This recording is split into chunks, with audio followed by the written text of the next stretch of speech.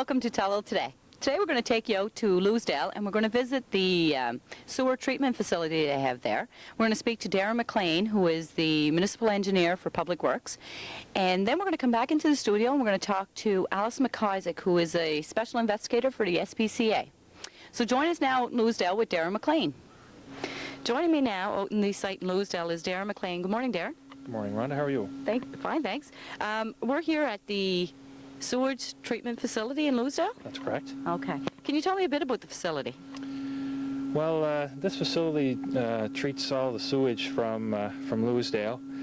Basically, sewage is collected from homes in Louisdale by a series of pumping stations and gravity sewers, and all of that gets conveyed up to this treatment plant where it's treated before it gets discharged to the harbor.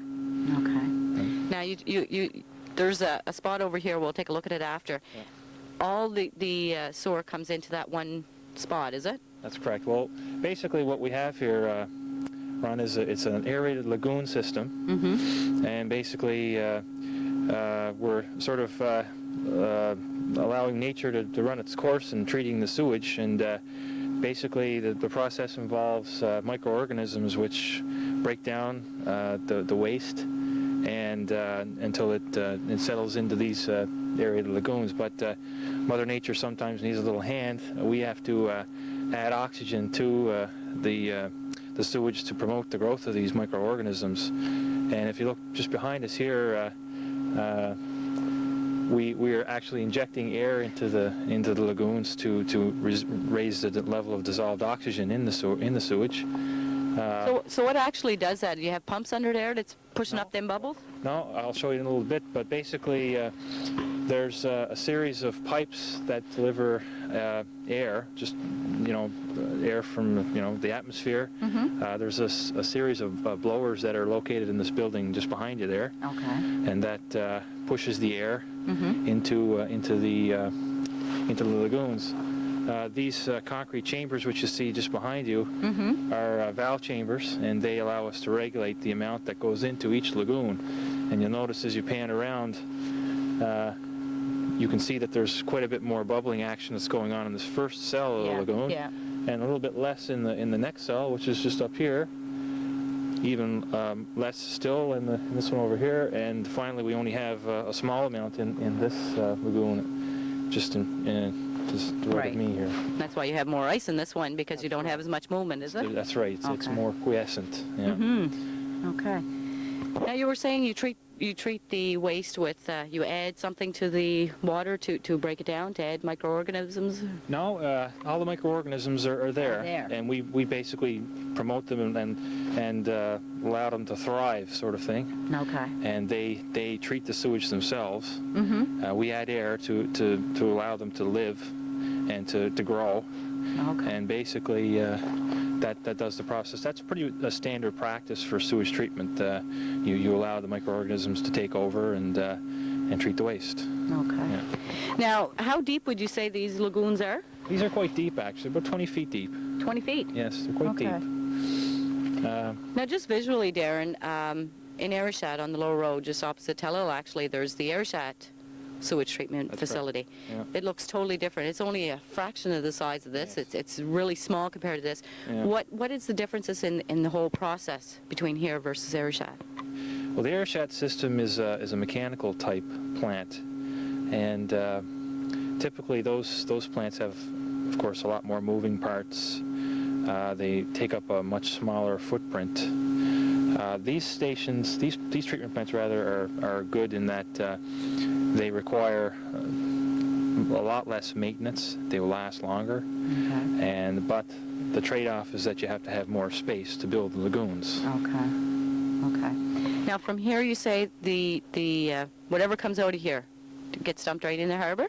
Well, actually, what happens next in this process, this is the first step. Yes. We treat the sewage in these aerated lagoons, and it flows from this lagoon here mm-hmm. to a station that's just up and back here. It's a pumping station. Okay. And then we pump it from here into this treatment building. We have some further treatment that goes on inside there, and we'll take you inside. We'll show you that. Okay. Okay, so from the pumping station in the back of the building, everything comes in here? That's correct, yeah. We pump it into the building here, and it discharges just up on top of this platform here, and we treat the sewage with three what are called recirculating sand filters, and they polish the effluent, and they remove a lot of the solid, the very fine solids that are in it.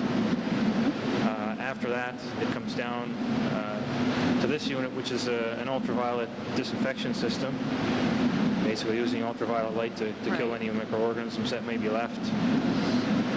So what does it do when it comes down in here? Does it, like these things I'm seeing here, it's going through in tubes or pipes or something? Yeah, I can lift this here, we can show you.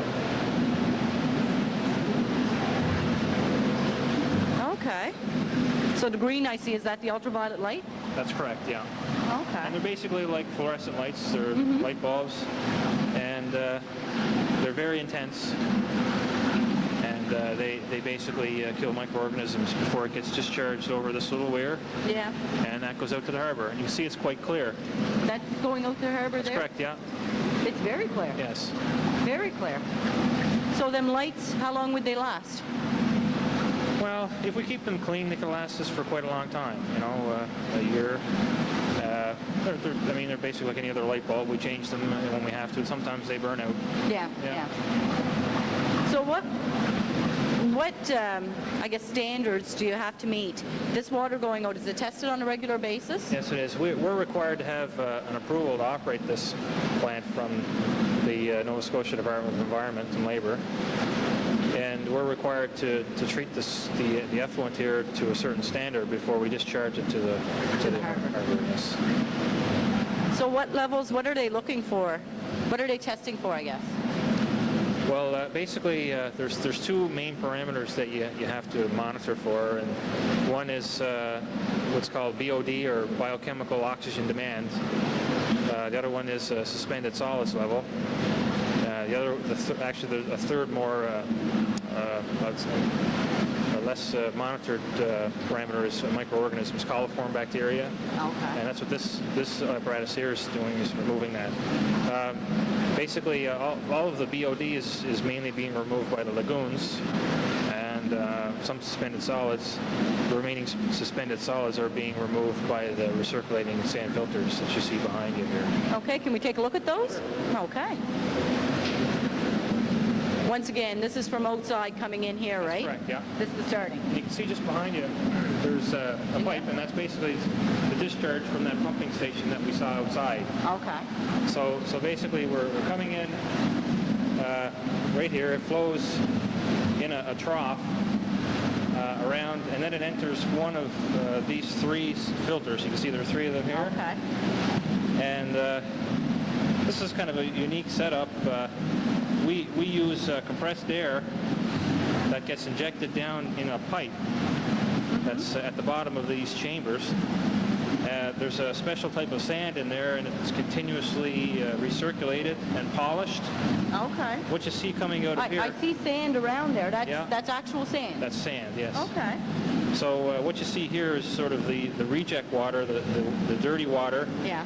That goes down a pipe and back into our treatment system, further treatment. Okay. Over here, you can see that there's basically clear water that's being discharged over this weir or plate. That flows in a trough from each of the three filters. Okay.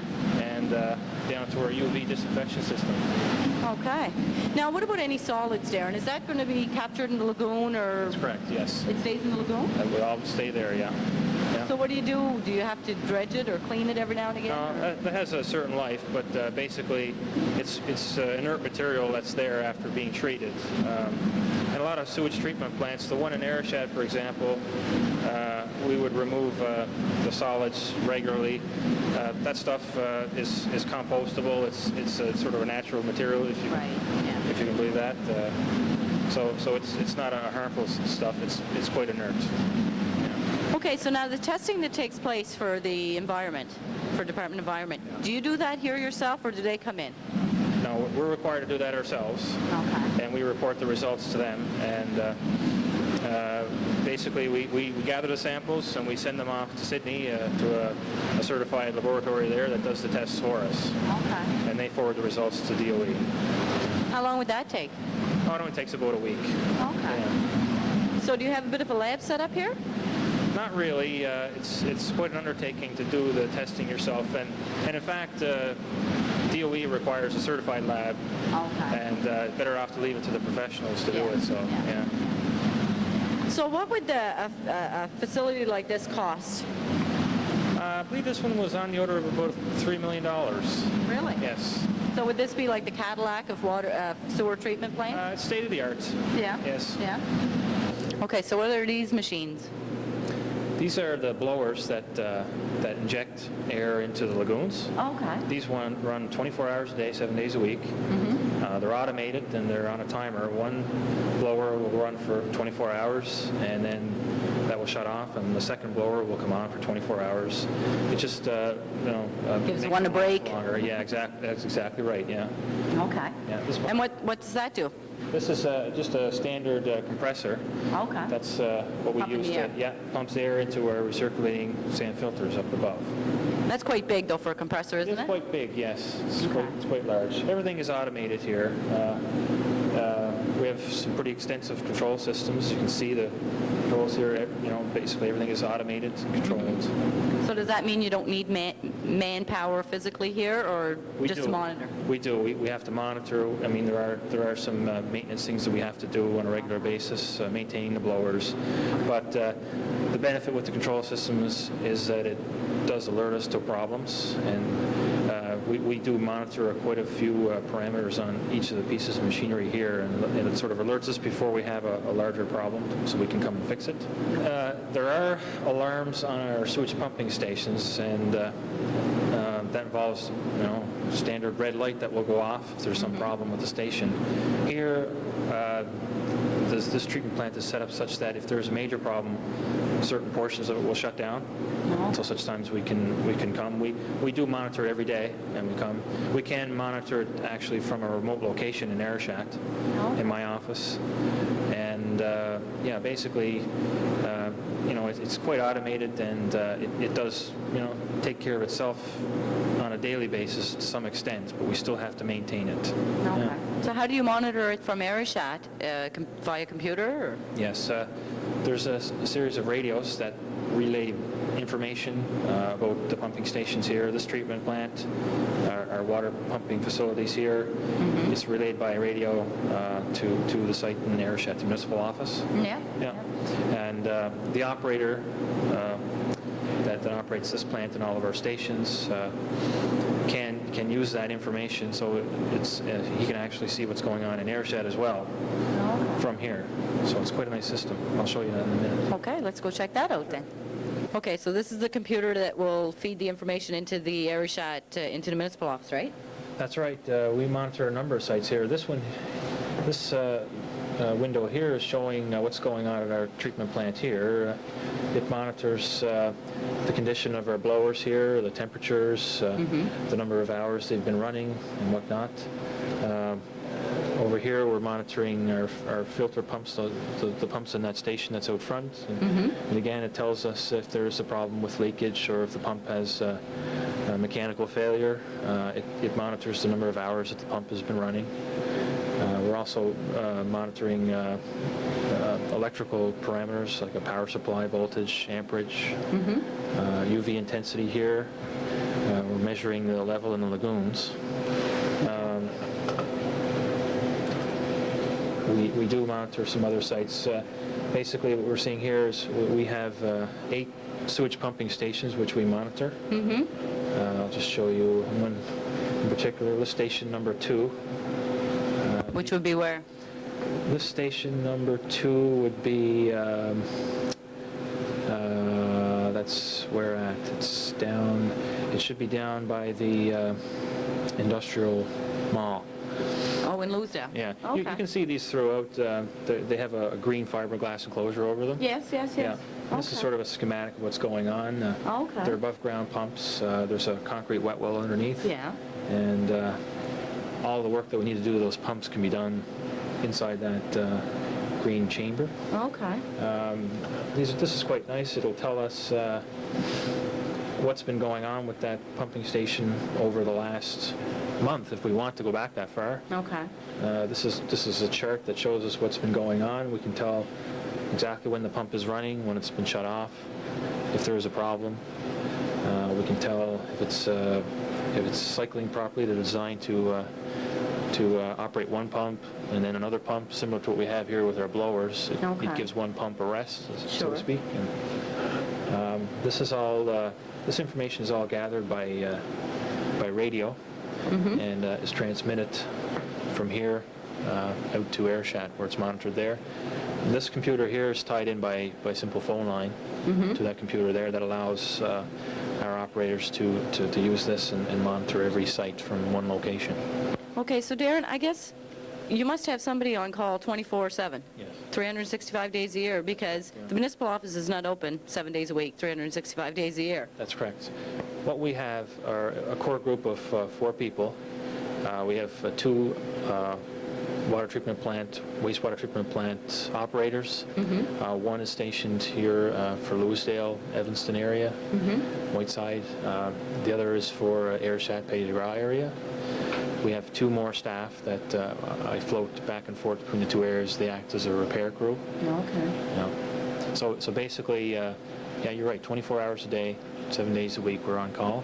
Okay. Even weekends, we have somebody that tours the sites and makes sure everything is working properly, and responds to any incoming calls we have. So what kind of calls do you get on this, Darin? Do you get many? Not many. Mostly people may call with blockages in their sewer or some problem with their water service, and we respond to those.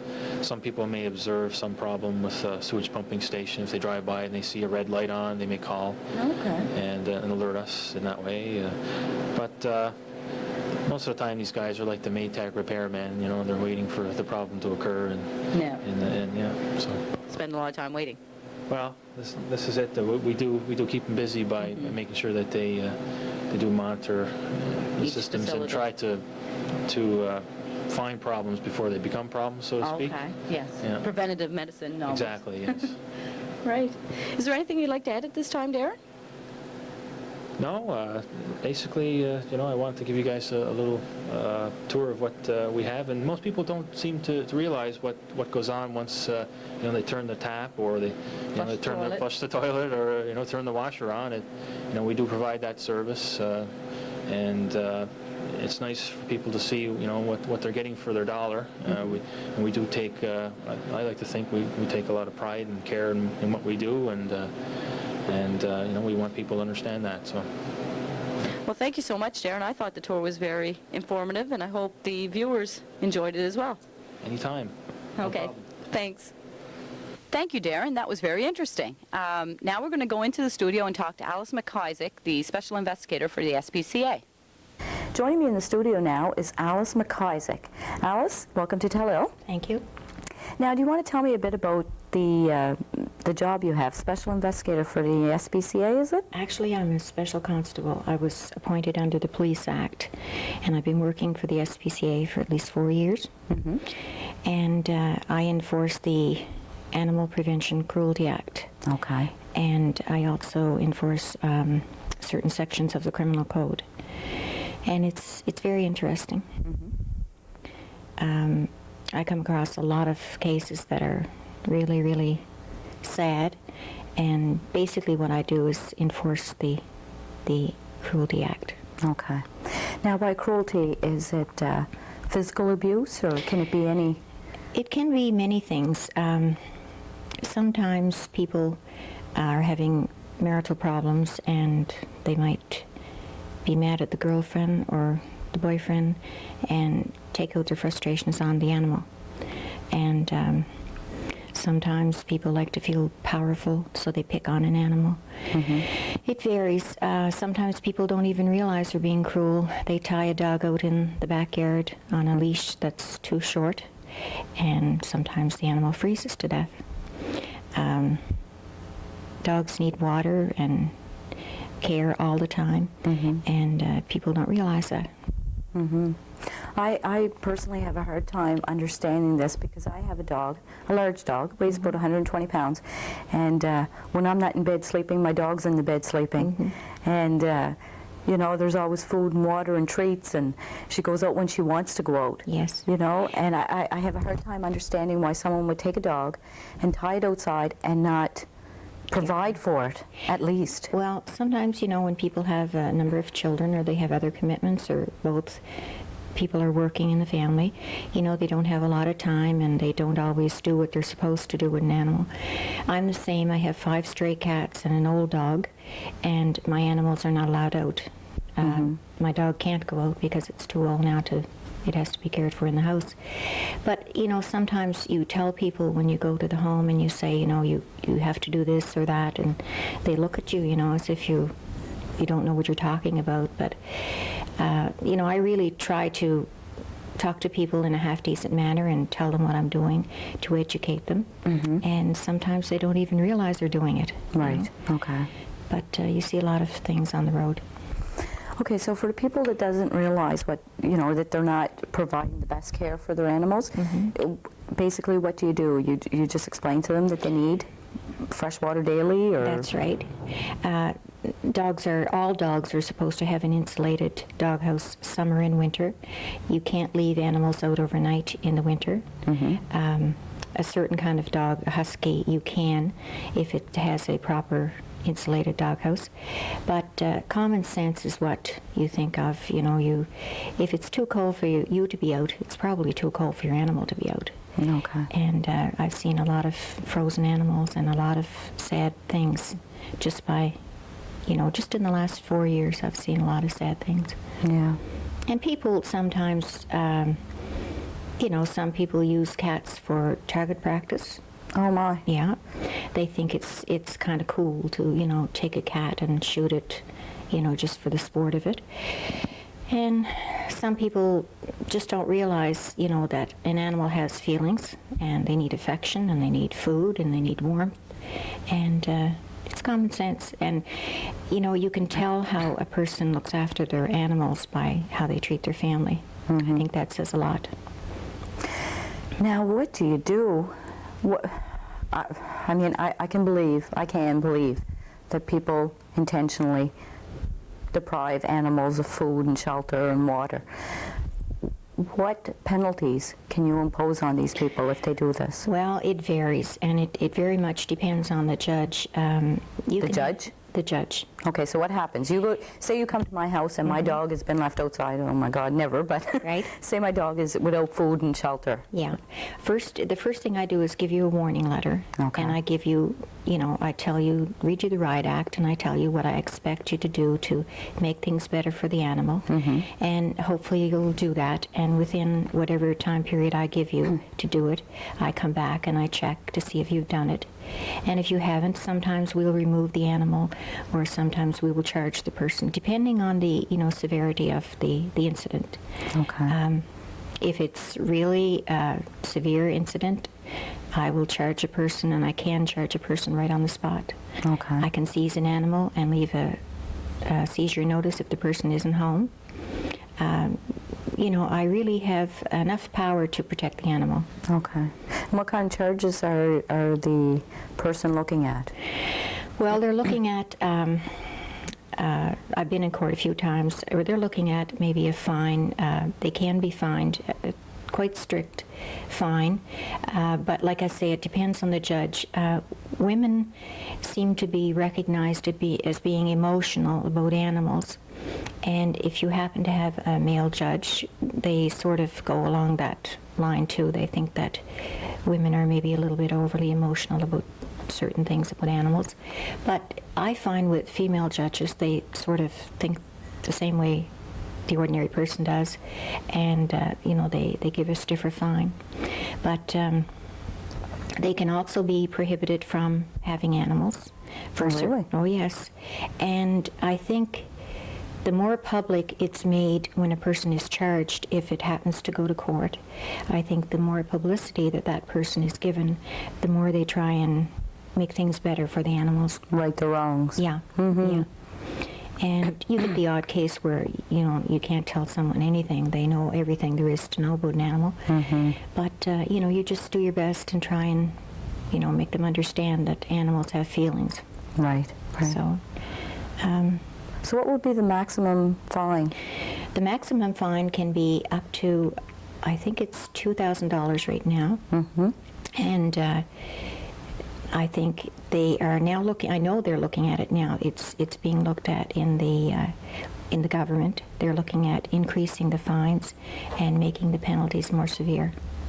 So, you know, if a person tries to fight the S.P.C.A, they usually end up getting a stricter fine.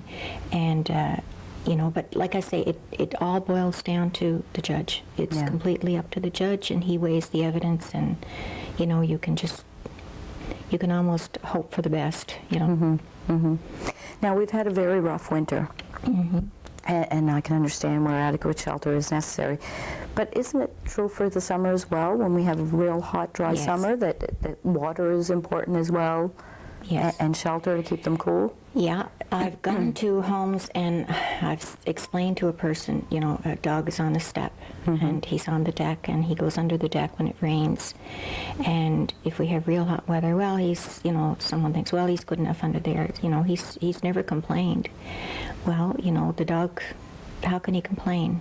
He's tied. He doesn't have much choice. Sometimes people work all day and they leave the dog out in the sun and, you know, no water. So you can just imagine what it feels like, you know. It's just like taking a child and tying them out there without food or water or shelter. Same thing. Yeah. They're as helpless, maybe more so. That's right. That's right.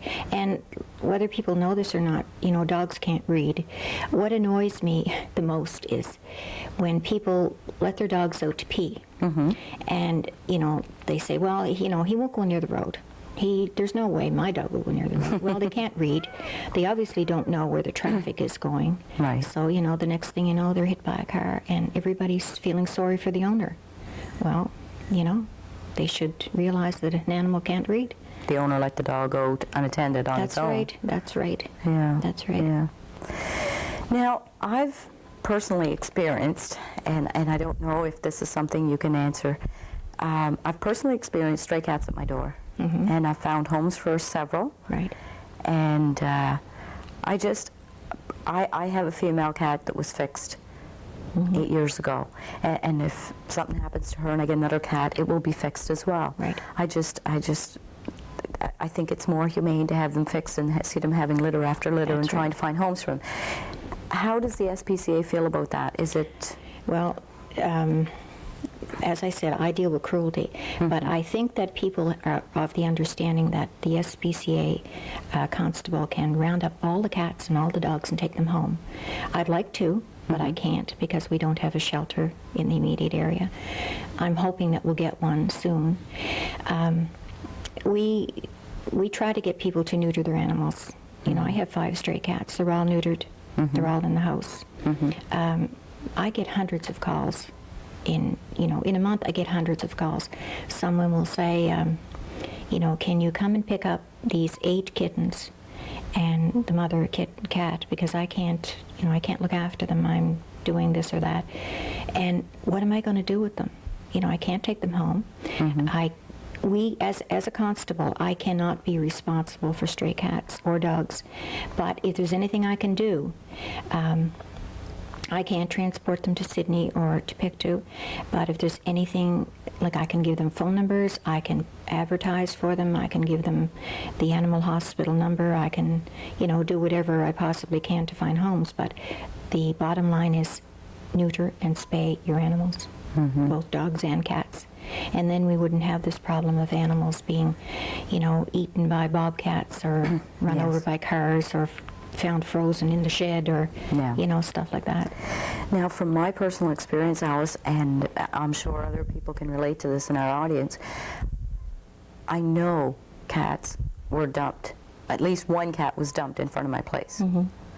It came in the house. It was friendly with my dog, 120 pounds. It obviously was used to other animals. It went right into the litter box. You know, it didn't just wander over, because I called all the neighbors. It wasn't from the area. Somebody dumped it off. Yeah. Would that be a form of cruelty? That is a form of cruelty, and if you can if you see it being done, remember the make of the car and the license number, write it down and call me, and I'll take care of it. And these people can be charged. They think that if they just drop the animal off somewhere, that it's somebody else's problem. And they can take care of it. And they can take care of it, yeah. But what it amounts to is hundreds of cats in the woods trying to survive. Eating baby rabbits. Exactly. Or being preyed on themselves. That's right. That's right. And you know, it's really so sad, because all these animals are so, you know, they'll make real good pets if someone will take the responsibility to neuter them, and people just don't. They just let them have, you know, litters and litters of kittens, and they figure, well, you know, I'll give them away, so and so will take some, and then, you know, the same thing next year they have kittens again. But that is a form of cruelty. Right. So what kind of things do you see? I know I wouldn't want to say specific to Almadam, Loosedale area, because that's our viewing area, but what kind of problems do you see on a day-to-day basis that you would like people to realize this is not right? Well, the biggest problem seems to be dogs that are not tied and dogs that have inadequate shelter. A lot of people, they tie their dog out and they forget the doghouse. They just take it and tie it out somewhere where, you know, the dog can't get any water. They figure if they're out of the way, they're forgotten about, you know. And one thing that the animals, when they're tied out, say to a post or something, if another animal attacks them, or if a bobcat or anything attacks them, they have no defense. Where do they go? Yes. And they're not even close enough to the house for someone to hear them if they're in trouble. In stress. So that's the biggest thing. You know, it angers me when people say, well, you know, I had a real nice dog and he was hit by a car. That's the thing that really irritates me the most, really, because I'm wondering, you know, how many dogs over the years have they had and how many have been hit by cars?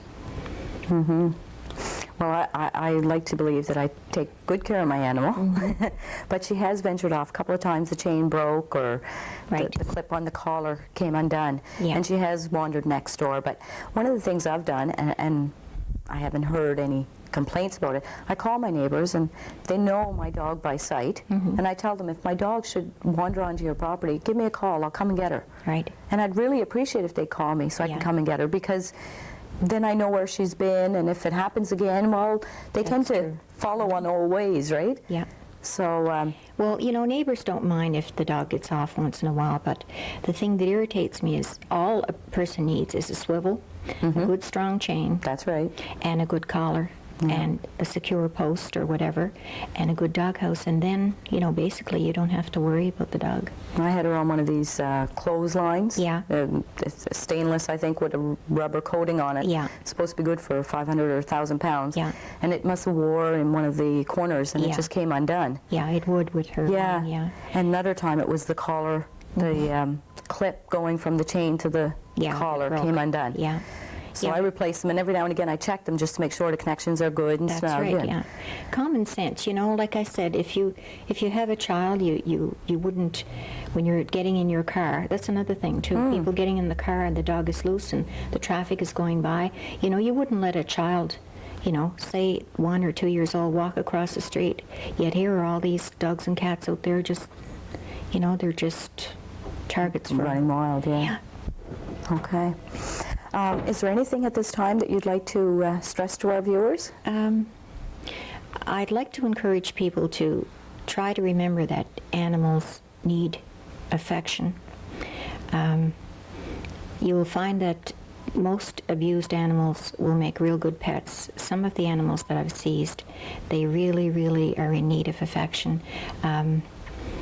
I think that smaller children don't understand that small puppies and little kittens, you know, they don't understand that they can't be dropped from so high, and you know, they really should be told how to handle an animal.